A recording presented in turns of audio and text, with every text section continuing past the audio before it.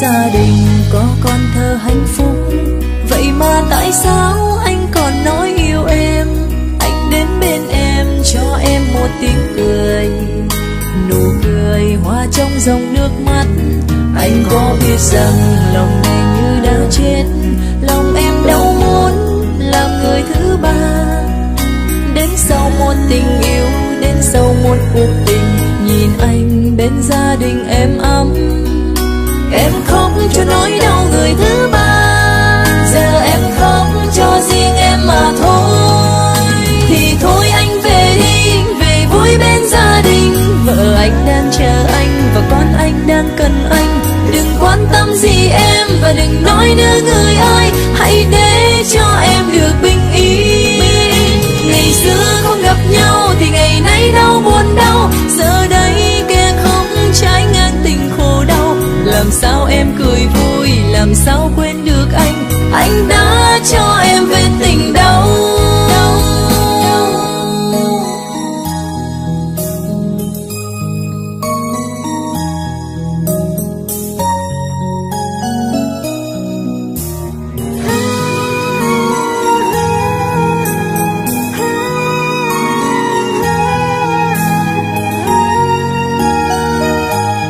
Anh có gia đình, có con thơ hạnh phúc, vậy mà tại sao anh lại yêu em? Anh đến bên em cho em một tiếng cười, nụ cười hoa trong dòng nước mắt. Anh có biết rằng lòng này như đã chết, lòng em đâu muốn làm người thứ ba. Đến sau một tình yêu, đến sau một cuộc tình, nhìn anh bên gia đình em ấm, em khóc cho nỗi đau người thứ ba.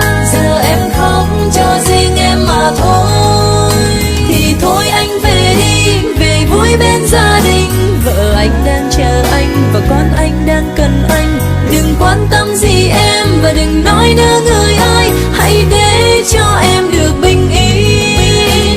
Ngày xưa không gặp nhau thì ngày nay đau buồn đau, giờ đây kẻ không trái ngang tình khổ đau. Làm sao quên được anh, làm sao có thể cười, anh đã cho em về tình đau.